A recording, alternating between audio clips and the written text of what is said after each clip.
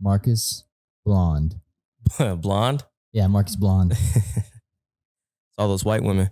That's right. So Marcus Blonde in the house. What up? What up? Comedian extraordinaire. Mm-hmm. Extraordinaire? That's me. I'm the extraordinaire. I mean, why not? I thought that was Jeff McCormick. Is he? The entertainer extraordinaire, man. Who's that? Jeff? He's the older dude with he's a little bald and he always goes, other bar, how the hell are you? Remember? Oh. Dude, he's been doing that for 20 years. No, yeah, Jeff. He's that old? Yeah, man. He probably started in high school. He's my age. He's not even old, is he? Yeah. Damn, you just called me old. Dude, you've been acting old. 4 years go by. You'd like to double that, though. I'm like a million now. Oh, you've been alive for an eternity. As long as I look young. Do I still look young? You still got that GQ bachelor of the... Thank you. of Arkansas right there. That's the only reason he's here. Because, like, feed my ego, Got to. So what you got going on? A lot of work. Actually, let's just talk about this. Like, what do you do, Marcus? The people that don't know you, what do you do? Man, I do stand-up comedy. All the one listener that we have. Hey, it's me. I'm talking to myself. I'm the only one listening to this. Like, hey, Marcus, you're doing a good job. Believe in yourself. No, I've been working a lot at Happy Raptor Distillery. Mm-hmm. I do tours, bartend. Mm-hmm. And then after that, I get off work and I go try to be funny at bars. Go fucking slam those open mics, son. Yeah. Too many. Well, not enough right now. Well, that's part of the hustle, right? For comedians. I mean, I know Pickle. We've had a podcast with him and he talks about it. But I mean, just the grind for comedy is insane. It hurts, bro. Yeah. Yeah. One of the things that I've learned from like watching other stand-ups is like, don't just do the grind. Like do the grind to get good, but then you have to go back out and live life again. Right. So that way you're not just manufacturing jokes. You kind of have to have an opinion. You have to live, Yeah. You're not going to know how to make a relationship joke if you're never in a relationship and you're just hitting mics. That's a good point. Otherwise it's kind of superficial. Yeah. So this little break I've taken from all the open mics it's been all right. I'm cracking jokes and then I'm finding little things, sifting through. Because I hit that grind and I got my structure's fine, So people have to work on that. I gotta figure out how to tell stories now, I think. What do you mean? Like me, I started off as one-liner and then got into two-line jokes. And then now I'm doing like bits, but. So you're saying the one-line, two-line, like we all know what you're talking about? Oh, right. I don't have a clue about comedy. Like a one-liner would be like a roast joke, Roast me. Throw me one out. All right. One on you? Mm-hmm. All right, cool. You look like you celebrated St. Patty's Day by doing a cake stand if you're ever mate. All right. That's what you look like. Nice. I like that. Yeah. So that's a one-liner. That's a one-liner. Okay. Yeah. And like a two-line, will be like one of the, those jokes where it's like, all right, of course you know this. Yeah. Black dude and a Jew walk into a bar. Right. That's one line. Like they get in a fight over who was oppressed more. You know what I mean? Like that's the second line. I love how he pointed to the white guy and he's like, you'll know what I'm talking about. Yeah, you'll get it. The black guy and a Jew. Black guy and a Jew. I just did my black half of Blazing Saddles. It's just no Irish people. So the next thing is stories. So I mean, one-liner, two-liner, and then the stories would be like, I went out with my girl the other night and yada, yada, yada. Yeah. I got the one about the gay bar. Like that's kind of a story. But I want to be able to like. I think that one's hilarious. Yeah, I think. Yeah, that one's fun. That one, yeah. With the callback to Diesel. Oh yeah, yeah. That one's good. I got another one about how I got pulled over by a black cop while I was drunk driving, and he just was like, "Well, you're going the wrong direction."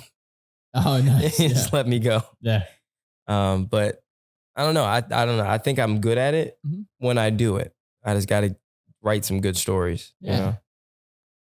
I don't know. But that's part of living life too. Like you basically, I think a lot of the stories, you don't even have to write them. Like they happen naturally. Mm-hmm.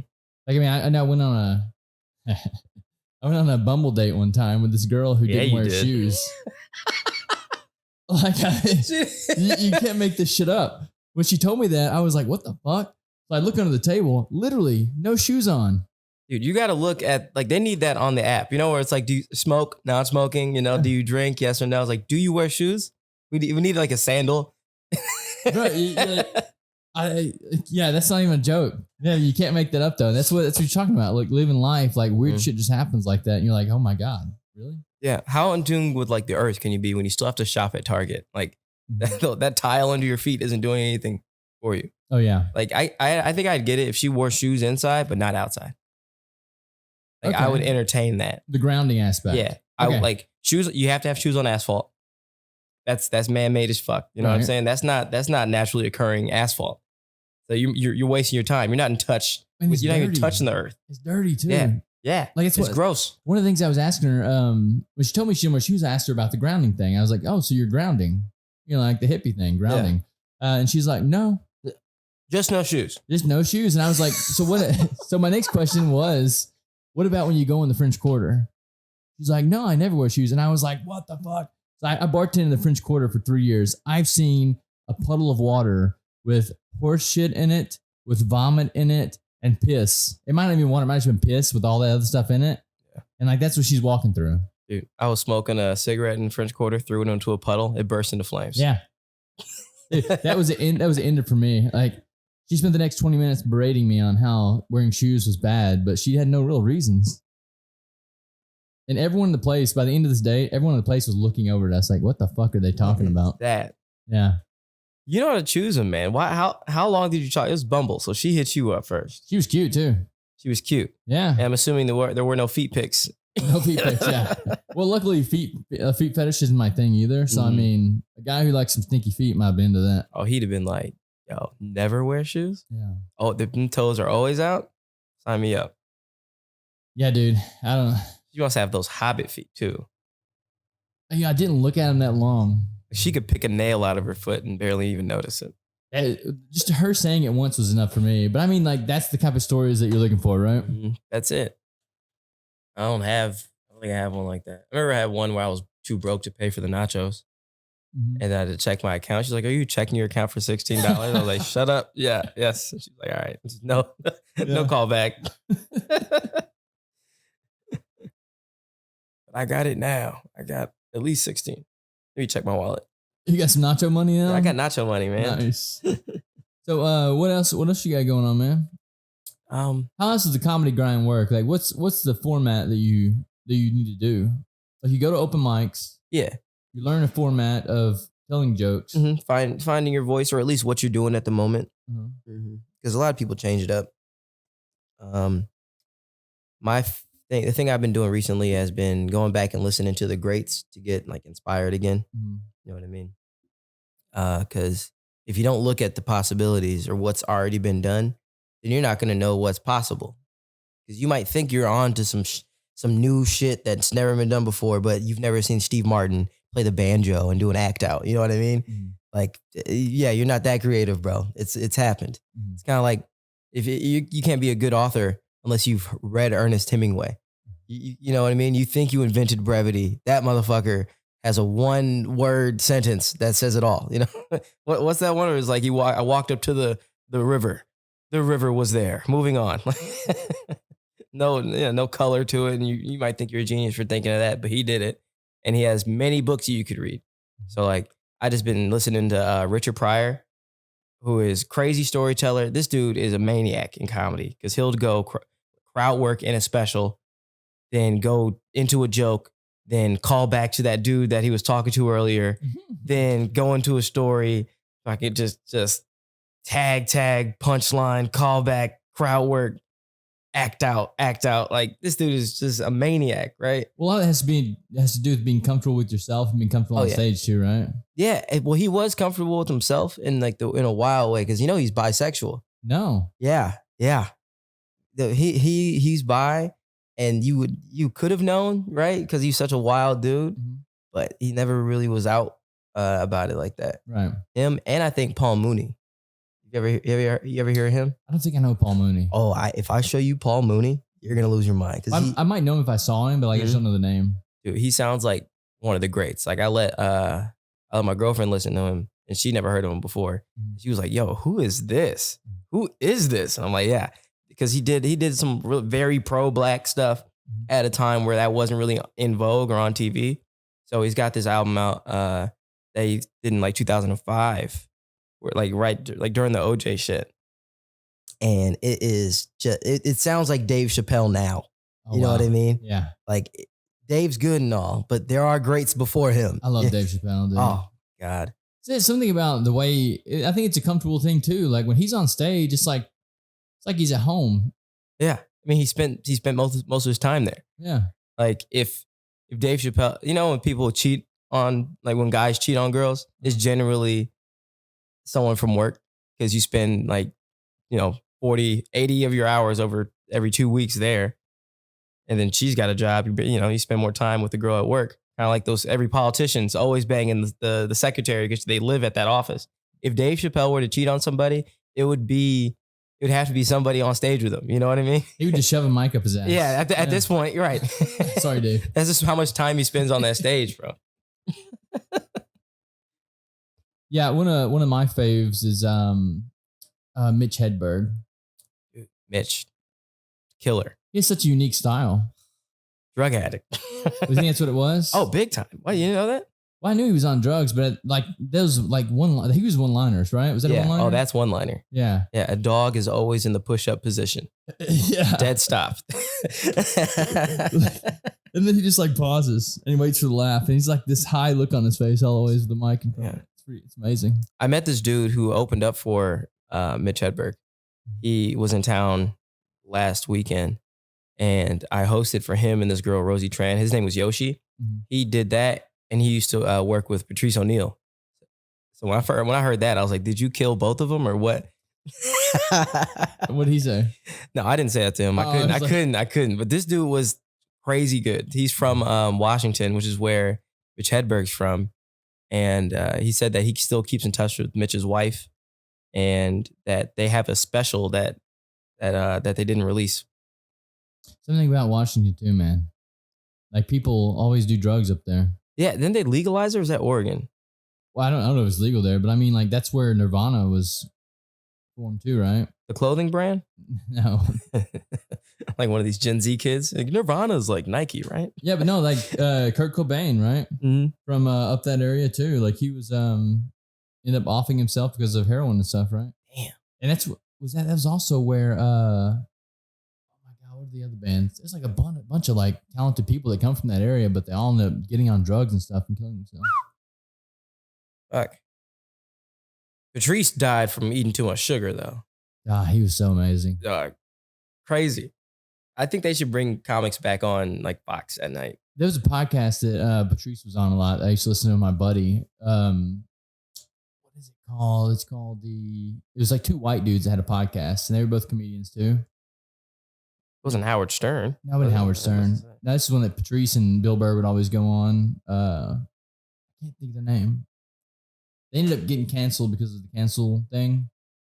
Because I mean, it wasn't the Bob and Tom show, was it? It wasn't Bob and Tom. But like that shock jock kind of humor, like, yeah, I'm the douchebag. And it's like, yeah, and I'm his friend.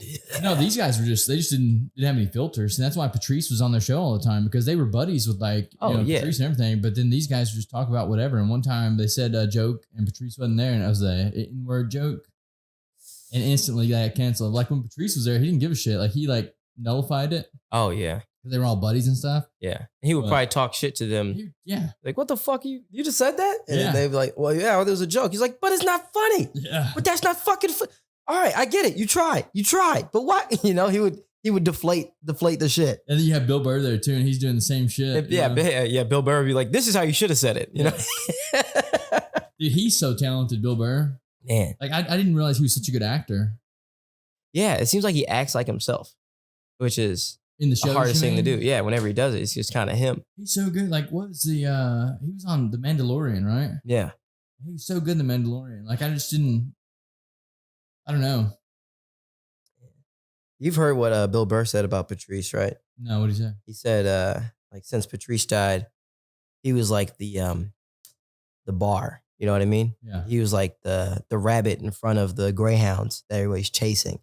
Now that he's died, you don't have that to chase anymore. Oh, no one's pushing for that anymore? No one, you don't have something to kind of strive for. I mean, I think that's Bill Burr for some people, though. Oh, for sure. But think about it. Bill Burr had that guy for him. Right. That's bonkers how good he was. Dude, all those guys, like it's why I talk about this place right here. Like if you come to our open mics are on Tuesdays. Oh, and Marcus is actually the one that started our open mics. Well, yeah. Yeah, now Pickle's running it now, but I mean Marcus is the one that came to me one day and he was like, "Hey man, do you mind if I do open mic comedy here?" I was like, "Sure, come on in." Take a Tuesday. It's slow. And now we have a stage and we have comedians that come through. It's nuts, man. It's nuts how this stuff grows. Started I had no mic. I think I had some Christmas lights I put on the ground and I was like, hey, here's a notebook and there's a few people here. Let's do it. But I mean, that's how you grow things. Like you throw shit at the wall, wait for something to stick. And then when it sticks, you move forward with that and you grow around it. Yeah. Ride that wave. Mm-hmm. Yeah. Sometimes you got to create a wave, make a splash to make a wave. But that's what I'm talking about with this place right here. If you come on a Tuesday, the level of talent that walks into this little bar, it's insane. Like, and you can only imagine back in the day, you had Dave Chappelle, Bill Burr, Patrice O'Neill. They were all hanging out together. That's the same way I feel about this place.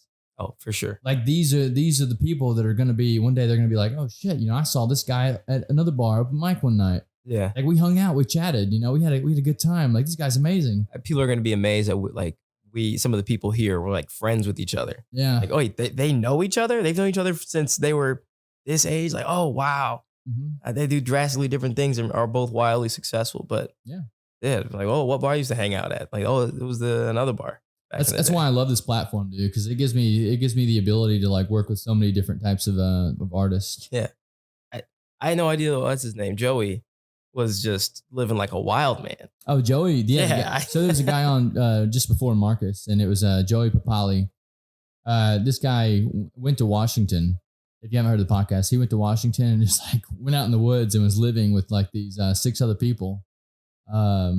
Basically like I can never think that movie. Into the Wild. Third time's the charm, bro. That's horrible. Yeah. Yeah. If you listen to Joey's podcast, you'll hear me like say that 3 or 4 times and he has to correct me every time. But no, that's a different story. I could never. No. Like I think I could do it, but I don't think I'll ever try. Right. No, but we still drink at the same bar somehow. Yeah. Oh yeah. The amount of unique people that come in here is insane. You might you'll walk in here one night and you'll see 10 or 15 comedians that are growing. You'll see like 5 or 6 musicians that perform in bands that are going to be huge one day. Right. You'll see tour. Joey is living like a wild man half the year. You'll see a couple of drag queens that are hanging out at the bar. Just chilling post show. Not even during the show. It's like, I didn't have time to get undressed. Like that. No, they know what they were doing. They know, man. They know. They came in here dressed all looking good and stuff. They're coming in, getting hit on by just drunk dudes. Yeah. Oh, dude, that's so. You'll enjoy this. Blazin, who does our Blazin Haven's her name. She does our karaoke on Sundays. So I was making some like posters for her one time, and I saw a picture that she posted online. It was her with like these big tits like pushed together and stuff. So I took that, her tits, and I posted that as like the background of something, and then zoomed out slowly on it. That way, all the guys that were looking at the tits would see that it was Blazin. That's my advertisement. My goal is to just troll everyone. Dude, didn't you put what happened? What was the mannequin? What did you do with the mannequin and me? What did I do? I forget, man. It was a lot. My mom saw it. Oh, she was like, "What is that?" And I was like, "Kyle's just doing his promotion, Dude, if you love that shit too. Yeah, it's provocative. It gets the people going. Well, did I put you on the merkin or something? I think so. Okay. Yeah. So for everyone who doesn't know, I make merkins. So merkins to order. And if you don't know what even a merkin is, it's a wig for your pubic area. That's it. Yeah. So I have a mannequin in here that has our Another Bar t-shirts on it. And I made a mannequin for it one time. And I guess I'm you know what I should have done? If I would have been thinking about this, I would have put the merkin as your hair. That's coming next. All right, man. Hey, next time I'm doing a show here, promote it, promote the merkin. So what do you have coming up? Coming up, jeez. You coming to the open mic tomorrow? Yeah, of course. All right. Yeah, I'm coming to the open mic tomorrow. Best open mic in town, Goddamn right. Yeah, oh, for sure. Tomorrow also, after the open mic, or before the open mic, I'm going to go see this dude, Nemesh Patel. Mm-hmm. You know him? It sounds familiar. Dude, he's killing it. Like on the internet, TikTok. How do I know that? Right, TikTok is an Indian dude. Okay. Yeah. But I've been a fan of his from like before. Yeah. Also, he's the one that got kicked off stage at Columbia University. That's how I know him. Yep. Yeah. Yeah. I think he went on Rogan. Where's he going to be at tomorrow? Comedy House NOLA. Okay. He's going to New Orleans Comedy Club. So I'm going to go check him out. Mm-hmm. I think they sold out, but I'm probably going to sit in the back. Yeah. Stand in the back. I'm a comic, whatever. Like, put me in the bathroom. I don't care. Yeah. That's a good thing about like being a comic is like you can probably just get into those places just you know, you walk in and be like, hey, what's up? Yeah. Most places, if they know you do comedy, they're like, all right, whatever. Just sit in the back. Tip the bartender, you know? Yeah. I told you that story about when I was in Chicago with Zanies. No, was this? Tell it. Yeah. All right. So. Well, you might have told me, but tell everyone else. All right. Yeah. I'll tell this. You know what? You know the story. You might know it. Yeah. When I first moved to Chicago, I was going to Zanies on Fridays because it was comics drink free, right? Mm-hmm. But I had to keep paying because they had no idea who do stand up. Right. You know, they have no idea who I am. But I was hitting the mic so hard. Like, this is why the grind's important. I was hitting the mic so hard that eventually I show up there and I'm like, come on, hey, I'm a comic. And they're like, nah, I don't know about this, man. Like, no, I've never seen you before. But I was lucky enough to know the headliner, the host, and the feature just from hitting the mics and going like to local shows. And they, the headliner saw me, was like, yo, Marcus, hey, he's a comic. You let him in. And I'm like, fuck you. You know, for like, finally, I don't have to spend this money. Yeah. I go straight to the back where the comics sit and just get my first like free comics free drink. It felt good on too, Friday. Oh my God. But I knew that every Friday I had to keep going. Yeah. So that way they know. Because if they forget the face, you're gonna be like, no, fuck you again. You don't know. You don't do comedy here. It's nice to be appreciated for your art. Even if it is just a free drink, man. It's like something. Yeah, it feels good. Because I mean, when you put that grind in like that, like you need to every now and then. It's like that gratification. Yeah. So it's hard to self gratify all the time. So it's nice whenever someone else is like, "Yo, man, you're good." Yeah. And like that's why after show glow, nothing like it. Yeah, well, especially if you do well. Yeah, every artist comes through here and they perform, man. Like even if like they're not like great, I'm like, you're trying. Mm-hmm. It's amazing, like just to see people like get up there and do it. Because I've tried. Okay, this is a story. I tried stand up one time. I remember this. Yeah, he knows. Yeah. He knows. So I've told this story before, but my roommate and I come in, and we got brave. You know, we had a couple drinks in us. We got brave. We were like, yo, let's sign up for the open mic. So we both put our name down. Adam and I both do. I go up on stage first. The only one in the room is laughing is Marcus. And he's laughing because I'm bombing so bad. Like he is just cracking up. And then I look up at one point. I see my roommate go over and mark his name off the list. I was like, this motherfucker. That's because you're just up there like giving a TED talk. You're like, so vaginal canals. Oh my God, it was so bad. Dude, that's a very interesting subject. Okay? Yeah, it's a great subject, man. I'd subscribe. People used to laugh at me when I would bartend and talk about vaginal canals because I was giving them drinks, I guess. Whenever they're like, you're on stage, it's not as funny. Yeah, it's like they're like, this is a weird performance art. Yeah. You should see next time you do it, you should just go up there with like a shaker. And like while you're making a drink. It's like, so you guys know the vaginal canals? I feel like it would go over better. I'm gonna try that Tuesday. You got to. Yeah. Got to. You got the spiel. You've been doing that fucking vaginal canal joke behind the bar for like 5 years. Yeah. You take it to the stage and it bombs. It works behind the bar, man. We'll see if I can pull off on stage this Tuesday. So where can people find you out on social media and stuff? You can find me at It's Marcus LOL. You got to put the it's because Marcus LOL is just another light-skinned black dude on Instagram. I got to change my Instagram name. I feel like he's been getting all my follows and he's just like, yeah, I'm killing it right now. It's Marcus LOL. It's Marcus LOL. And you can find him here on Tuesdays. Thank you for coming in today, brother. Thank you, man. Thank you. Hell yeah. Hell yeah.